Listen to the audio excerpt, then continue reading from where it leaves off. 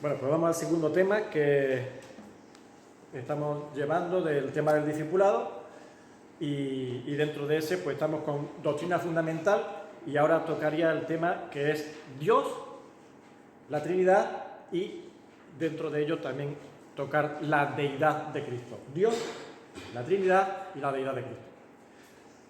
Solo hay un Dios, y así se muestra la revelación de las Escrituras como base fundamental del cristianismo y de la fe judía y de la revelación original de Dios. Dios hay uno solo y no hay más. Y fuera de mí no hay Dios, dice Dios mismo. Es una persona. No consiste en una fuente de energía, no consiste en una influencia impersonal, sino que es persona. Persona que se manifiesta a sí mismo y se presenta a sí mismo como yo soy el que soy. Así es como se presenta a Moisés cuando Moisés quiere decirle o se requiere de Moisés que vaya al pueblo que va a rescatar de Egipto y dice, el pueblo me va a preguntar quién eres o cómo se llama ese Dios, que ellos no conocen. Yo soy el que soy. Y así, dice, seré conocido por los siglos, por todos los siglos. Este es mi nombre para siempre, con él se me recordará por todos los siglos. Así dice en Éxodo, capítulo 3, versículo 15. De él procede toda persona, todo lo que es el ser personal. Es decir, me refiero, lo normal en el pensamiento laico es que las personas, los seres humanos, hemos necesitado de crear una deidad y ahora a esa deidad que nosotros inventamos, pues le vamos poniendo características que lo humanizan o que lo personifican. La religión que sea. Hay otros, como ya digo, hay otros que dicen que Dios es una energía, ¿no? Es un poder ahí que actúa impersonal. Bueno, el eterno es Dios. Y eso es una de las características de Dios. Es eterno. Y todo lo que hay aparte de Él, y que existe aparte de Él, es creado, y Él es el que da sentido a todo. Incluso el que nosotros seamos personas y que nosotros amemos, o que nosotros gocemos, que nosotros sintamos, tengamos sentimientos y sentidos, todo eso es precisamente una imagen, un reflejo de lo que Él es, que es persona. O sea, si hay alguien que es persona, en toda la eternidad es Dios. Y nosotros somos el invento de Dios, y no al revés. Nosotros no hemos inventado a Dios, nosotros hacemos un Dios de amor, porque como nosotros somos, o en nosotros hay amor, pensamos que Dios puede también amar. Como en nosotros hay momentos de paz, podemos pensar que en Dios hay paz. No, nosotros no imprimimos en Dios eso, es al revés. Es que Dios nos creó y Él, haciéndonos a su imagen y conforme a su semejanza, es por lo que nosotros podemos hacer lo que, por ejemplo, no puede hacer un ser inerte, que es amar, que es gozar, que es sentir felicidad y un largo etcétera. Tres características fundamentales de Dios: es omnisciente, lo sabe todo, es conocedor de todo, nada le es oculto a Él en absoluto, no le puedes revelar nada que Él no sepa y no vas a descubrir nada que Él no conozca. Es omnipresente, no está limitado al espacio, y eso forma parte de su eternidad. Y eso es algo que tenemos que tener en cuenta. Cuando decimos Dios es eterno, estamos diciendo que Dios no está dentro de la dimensión espacio y tiempo, porque la eternidad no es tiempo. Normalmente se confunde eternidad con tiempo.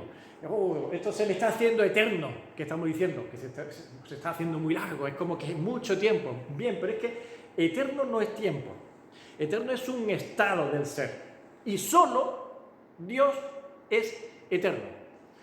Todos los demás seres creados por Dios, vivos, humanos y celestiales, seremos infinitos, no tendremos fin, pero eternos no somos, porque nos falta una parte, nosotros que sí tiene la eternidad, y es no tener principio.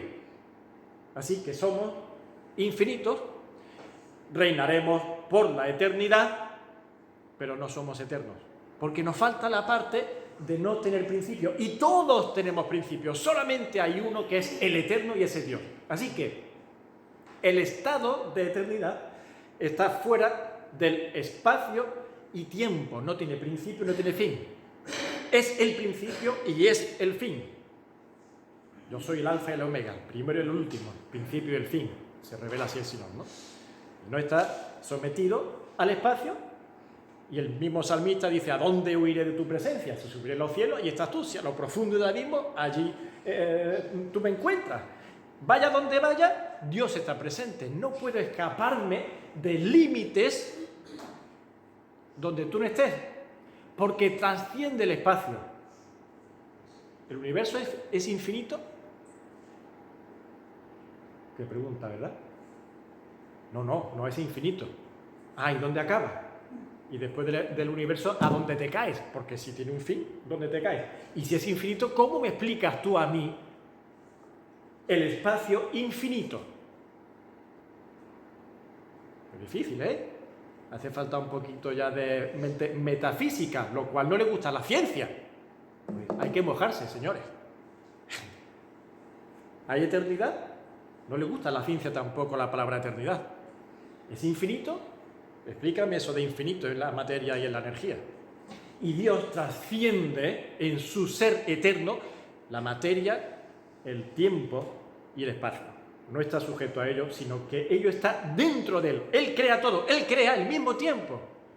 Y ya el tiempo incluso será acabado. Igual que lo comenzó, igual que metió el tiempo como una creación, el tiempo dejará de ser. Ahí está Apocalipsis 15, diciendo el ángel, y juró Dios que solemnemente, o no me acuerdo concretamente la palabra, que el tiempo no sería más, se acabará el tiempo y entraremos a lo que es el escenario de eternidad. Ahora estaremos en una situación, cuando eso acabe, en la situación, en el estado de eternidad, que eso ya es una dimensión distinta, señores, estamos limitados en nuestra mente para entender eso.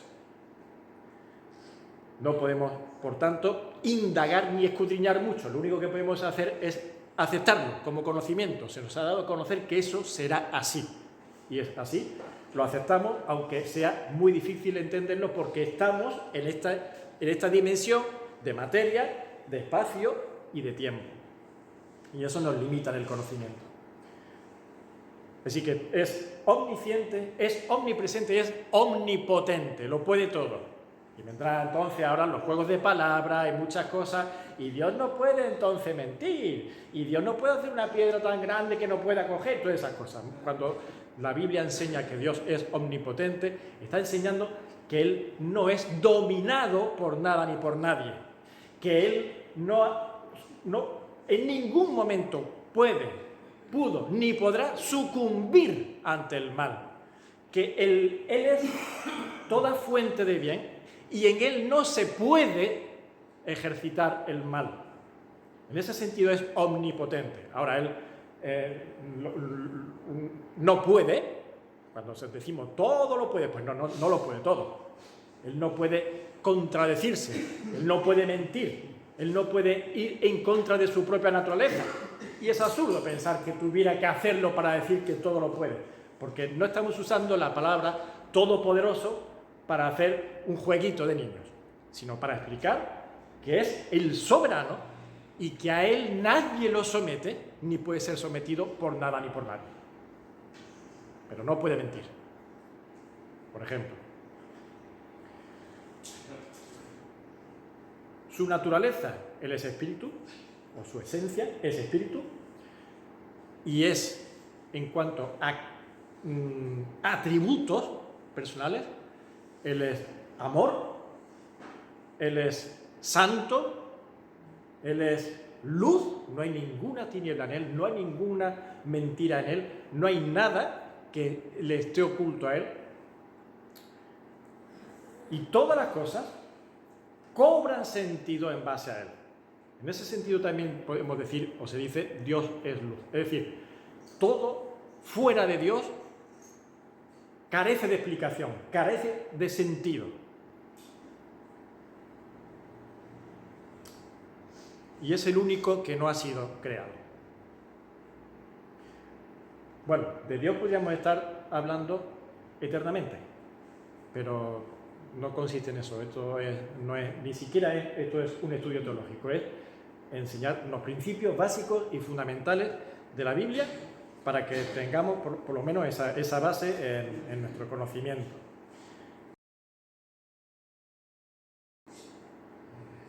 Ahora, el asunto de la Trinidad. Bueno, el Dios de tal es el mismo Dios que el cual y el mismo Dios de tal. Mucho cuidado. El Dios que se ha revelado como único Dios, vivo y verdadero, y que fuera de Él no hay nadie más, se ha revelado como un Dios trino. Así que no podemos decir que el Dios de la Biblia es el mismo Dios que se manifiesta también en otra religión, porque en otra religión no se manifiesta como trino, no es Padre, Hijo y Espíritu Santo. Sí, bueno, pero ellos tienen el Dios que creó los cielos y la tierra. Sí, vale, también. Pero también dice otras cosas y otras enseñanzas que no son conforme a las que ha sido revelada en las Escrituras, que entendemos como inspiradas por Dios y no inventadas por hombres, que hemos visto. Y no se ha identificado con su identidad de trino. Y aquí sí. Así que uno hay, no hay más de uno. Y el que hay, es trino. La Trinidad forma parte de la doctrina bíblica, la cual, aunque no se menciona con esa palabra, no vais a encontrar la palabra Trinidad en ningún momento en la Biblia. De forma explícita, la realidad está expresada palpablemente. Es decir, la Biblia no tiene que decir la palabra trino, o Dios es trino, o la Trinidad, para ver que Dios es trino. Se está mostrando como un Dios trino, aunque no diga yo soy trino, ¿no? O hay Trinidad. La primera mención que se encuentra en la Biblia sobre Dios es en Génesis, ¿de acuerdo? Eso nos abre el libro, la Biblia, el libro de Génesis, capítulo 1, versículo 1. En el principio creó Dios los cielos y la tierra. Ya está Dios ahí presente, ¿de acuerdo? Bien. Esa palabra Dios está escrita, y volvemos otra vez al tema de cómo se escribió, en hebreo, en griego, en este caso en hebreo, la palabra Dios. Importante. ¿Por qué es bueno saber cómo se escribió en hebreo? Porque si te lo digo ahora así tal cual en español, o te lo dicen en inglés o en italiano, pues Dios es Dios y punto, ¿vale? No tenemos mucha información. Pero ahora, si lo vemos cómo se escribe en hebreo, o cómo se escribe en hebreo, es Elohim. Elohim es la forma plural de Eloah, que tiene la raíz de la palabra Eloah, es Hará, que significa adorar. Es decir, que Dios se muestra como un objeto de adoración y de reverencia. Dios se muestra como el único que debe ser adorado, como alguien que es digno de adoración y reverencia. Pero lo que hay que notar muy cuidadosamente, y que tiene su influencia y su importancia, es que hemos dicho que es la forma plural. Y esa forma plural está vinculada en el versículo, en el principio creó Dios los cielos y la tierra. Creó Dios los cielos y la tierra. Dios, Elohim, plural. Pero el verbo es singular. No hemos leído en el principio, crearon dioses, cielos y la tierra. No. los dioses crearon cielo y la tierra, no. En el principio creó Dios en plural, dioses. Si se pudiera traducir así, los cielos y la tierra. Eso se confirma cuando se sigue leyendo, y ahora en el capítulo 1, versículo 26, cuando va a hacer al hombre, dice, entonces dijo Dios, dijo, no dijeron, dijo Dios, voy a hacer al hombre. No, dijo Dios, hagamos al hombre. Bueno, se lo está diciendo a los ángeles, vamos a hacer al hombre. Pues que se sepa, los ángeles no son creadores, solamente Dios es creador. Y más cuando dice, hagamos al hombre a nuestra imagen, conforme a nuestra semejanza. Sigue hablando en plural, ¿eh? Pero ahora sigue escribiendo, sigue diciendo en el versículo 27, y crearon, no, y creó Dios al hombre, a sus imágenes, no, a su imagen. A imagen de Dios lo creó, varón y hembra los creó. Así que está hablando en plural y está actuando en singular.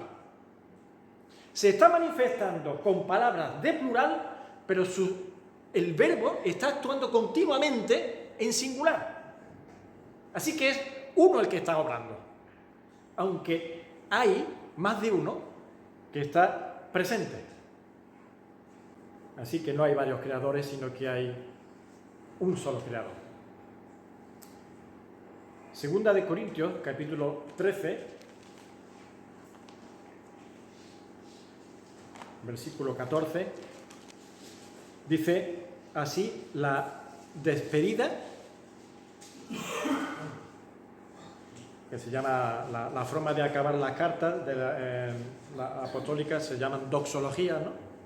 La doxología final de la carta dice lo siguiente: la gracia del Señor Jesucristo, el amor de Dios y la comunión del Espíritu Santo sean con todos vosotros. Amén. Así que mirad la paridad que hay entre las tres personas, proporcionando cada uno un punto distintivo de cada persona, característico quizás, o donde está derramando una influencia concreta, pero todos en el mismo nivel. La gracia del Señor Jesucristo, el amor de Dios y la comunión del Espíritu Santo sea con todos vosotros. Tres menciones y una única influencia. El nombre de Jehová, ese yo soy, que se traduce como Jehová, o se escribió después como Jehová, yo soy el que soy, Jehová, o otros escriben Yahvé, complicaciones ya del idioma muy antiguo. El nombre Jehová es singular. Elohim, que es Dios, es plural. Pero Jehová es singular.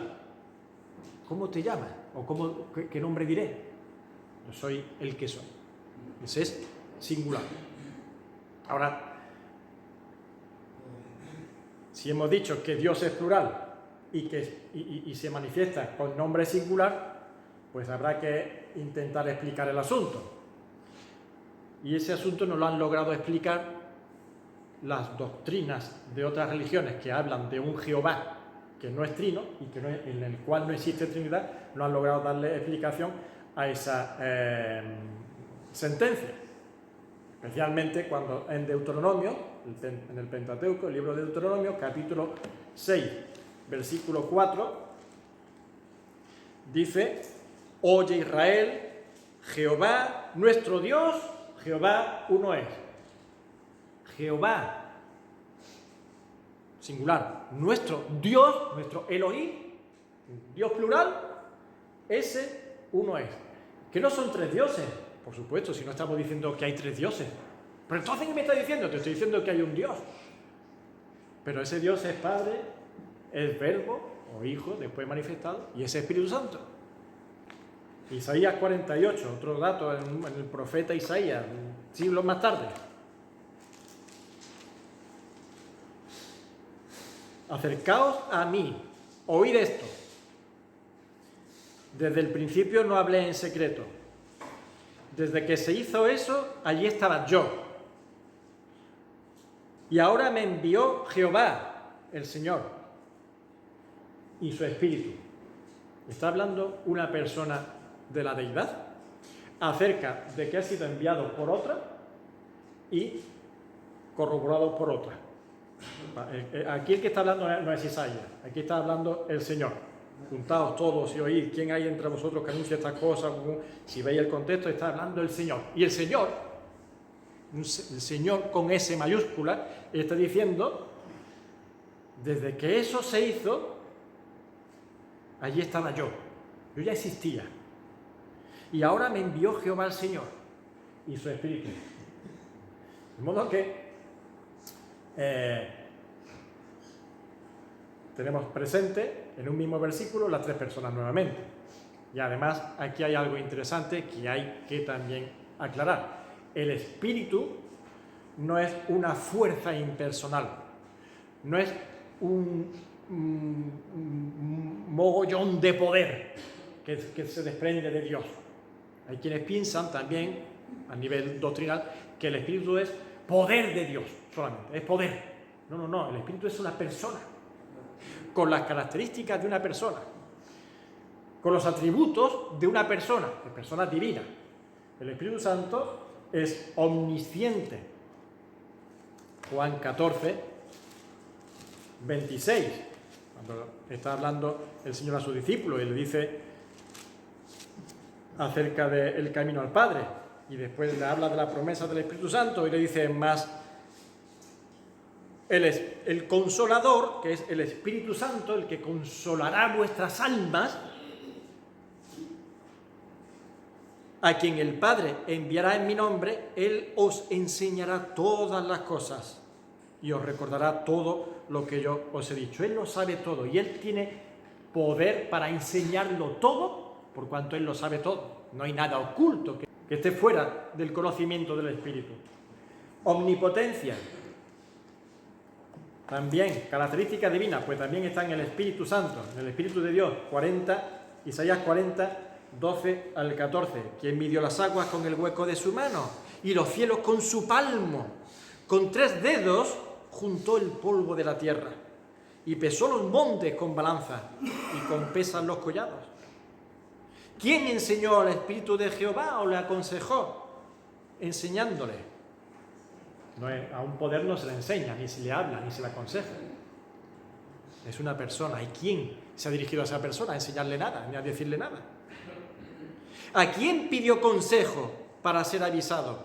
¿Quién le enseñó el camino del juicio o le enseñó ciencia o le mostró la senda de la prudencia? El que hizo la creación, ahí estaba presente. Pero igual que dice eso, dice que fue el Verbo el que creó los cielos y la tierra. Es que es Dios. Estamos hablando de Dios, no estamos hablando de dioses. Y omnipresencia, en el Espíritu también, 1 Corintios, capítulo 6, versículo 19, dice: ¿O ignoráis que vuestro cuerpo es templo del Espíritu Santo, el cual está en vosotros, el cual tenéis de Dios y que no sois vuestros? ¿Dónde está? Está en mí. Ah, bueno, pues está en ti, a ver si un día se pasa a mí. Y no, pues a ver si se pasa al otro mañana que también le toca. El Espíritu Santo está en todo lugar. Por eso había una cosa importante, necesaria en el ministerio de Cristo, que era irse. Porque pasa una cosa, Jesucristo, siendo Dios, al hacerse hombre, estaba sometiéndose a una dimensión de la cual el Espíritu Santo, por ejemplo, no estaba sometido, siendo Dios también. Y era el espacio. Cuando Jesucristo estaba en Jerusalén, no estaba en Samaria, aunque sabía perfectamente lo que pasaba en Samaria. Aunque sabía perfectamente lo que había en el corazón de cada uno, pero en su cuerpo estaba presente en un sitio. Y cuando sanaba o resucitaba o curaba a alguien, era en ese sitio, presente. Y el que estaba allí podía verle, gozarle y agradecerle. Él pudo también sanar antes de llegar a un sitio, pero no estaba allí presente a los ojos de los demás. ¿Por qué estaba presente? Porque Él también es el Espíritu de Dios. Y allí está el Espíritu Santo, y allí está el Espíritu Santo, y allí está el Espíritu Santo, y en todo lugar está el Espíritu Santo. Cuando el Espíritu Santo desciende al mundo, Él obra en el mundo entero a la vez. Presencia divina en el mundo entero, cosa que Jesucristo no estaba haciendo, sino que estaba cumpliendo su ministerio local en el lugar concreto de la tierra. Y por eso dice, es necesario que yo me vaya, venga el Espíritu. ¿Por qué? Porque ahora la Iglesia va a empezar a nacer, va a empezar a crecer, a multiplicarse, a llenar la tierra, y Dios va a estar con la Iglesia entera. Y como dice aquí, está en vosotros. Y cuando el Señor estaba en casa de María y Marta, no estaba en casa de la madre de Pedro. En ese momento lo estaban disfrutando María y Marta. Hubo otro día que estuvo en la casa de la madre de Pedro y la sanó. Ahora el Espíritu Santo está en todos nosotros y consuela nuestros corazones, nos guía, nos enseña, nos redarguye. Así es la omnipresencia del Espíritu Santo, cumpliendo también características divinas. Así que no es un poder volátil, sino que es una persona obrando y actuando de forma personal, concienzuda, con mente, con plan, con estrategia, con todo lo que es una persona. Al Hijo también se le atribuye lo mismo, omnipresencia, omnisciencia, omnipotencia. Tenemos aquí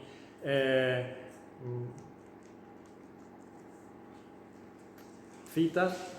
No, había pensado no leerla por no extenderme, pero vamos a leerla.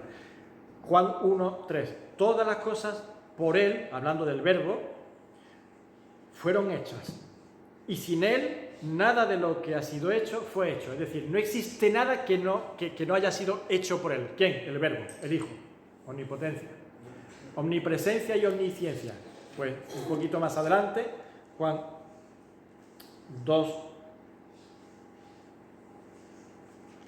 1:47 al 48, cuando Jesús vio a Natanael que se le acercaba, dijo, he aquí un verdadero israelita en quien no hay engaño. Y Natanael le dice, ¿de dónde me conoces? Respondió Jesús y le dijo, antes que Felipe te llamara, cuando estabas debajo de la higuera, te vi. ¿Veis? Él es también omnipresente, pero por su deidad, y eso lo utilizaremos ahora más bien como garantía de su naturaleza divina. Por su deidad Él estaba allí, aunque su cuerpo no. Y estaba viéndolo, y estaba sabiendo lo que hacía.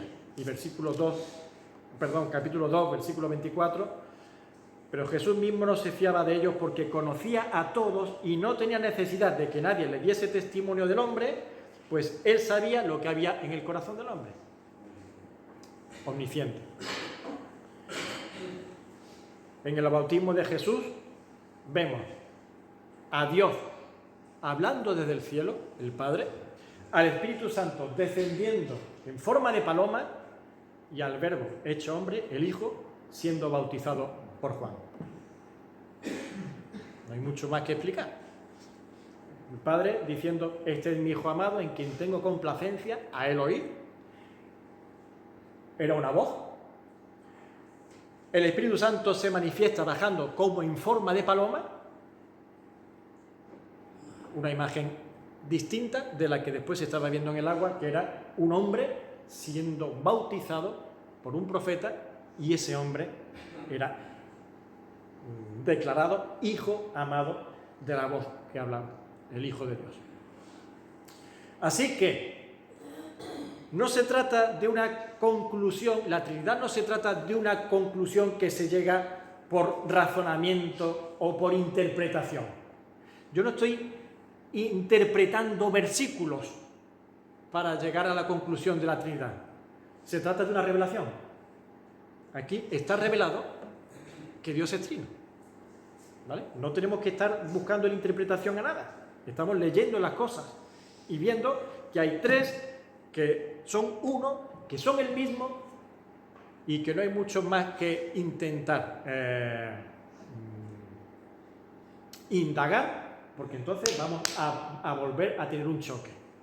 Igual que el choque que puede producir en nosotros el tema de la eternidad, espacio-tiempo, va a producir en nosotros un choque el tema de la deidad trina. Conocemos hasta nuestros límites. El Señor nos ha revelado hasta los que Él quiere revelarnos. Todo lo demás puede ser una trampa peligrosa, atacando a nuestro ego, a nuestra curiosidad y a cosas que pueden hacernos más daño que bien. Así que, sin querer inventar nada, pero tampoco rechazar nada, yendo tal cual a los versículos, encontramos, sin forzar, que hay un Dios trino en las Escrituras. Los tres son iguales, los tres son el mismo y los tres son uno. No hay uno mayor que otro, no hay uno superior que otro. Solamente hay un versículo en el que el Señor dice: el Padre mayor es que yo, y alguien podría agarrarse a eso y decir: ¿lo ves? El Hijo sí es Dios, pero es un Dios con minúscula. Es un Dios menor. Si yo no digo que no sea Dios, es Dios, pero es un Dios menor. Como es el Hijo, es un Dios con minúscula. Y fue creado, tiene su principio. No tiene ningún principio. No fue creado. Es el Verbo hecho carne, y el Verbo es eterno y es Dios y es el mismo. Cuando Jesucristo dice: el Padre mayor es que yo, está hablando del orden en el cual está funcionando el ministerio del Hijo en la tierra. Y está enseñando cómo uno se somete al Altísimo y al Eterno, que ellos creían y adoraban, cómo se obedece y cómo no se intenta en ningún momento sobrepasar los límites que se nos ponen. Es que Jesucristo mismo dijo: el día y la hora de cuando vendrá el Señor en su gloria, nadie lo sabe. Ni los ángeles de Dios lo saben, ni el Hijo lo sabe.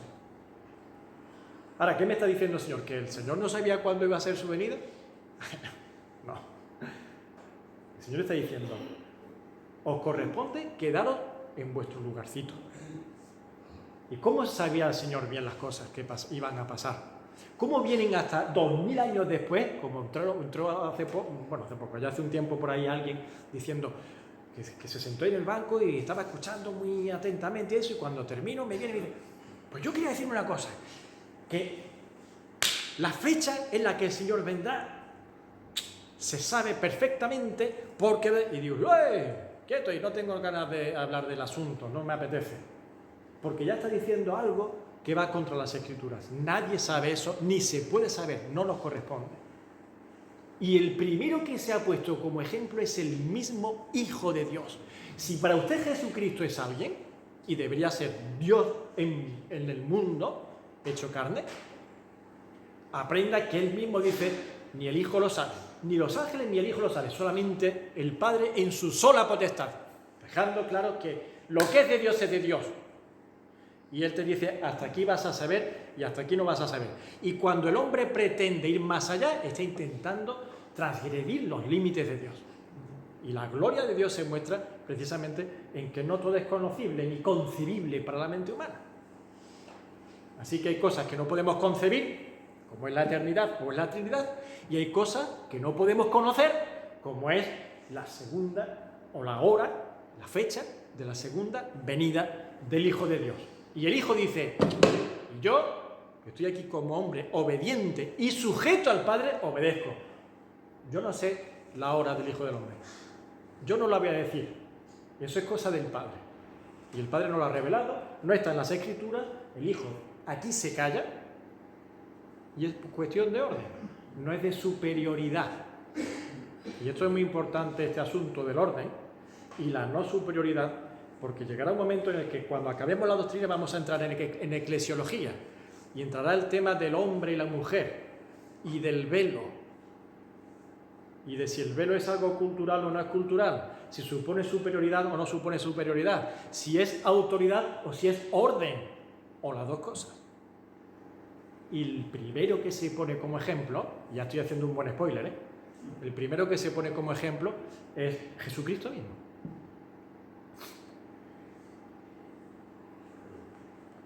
Pues Jesucristo es Dios.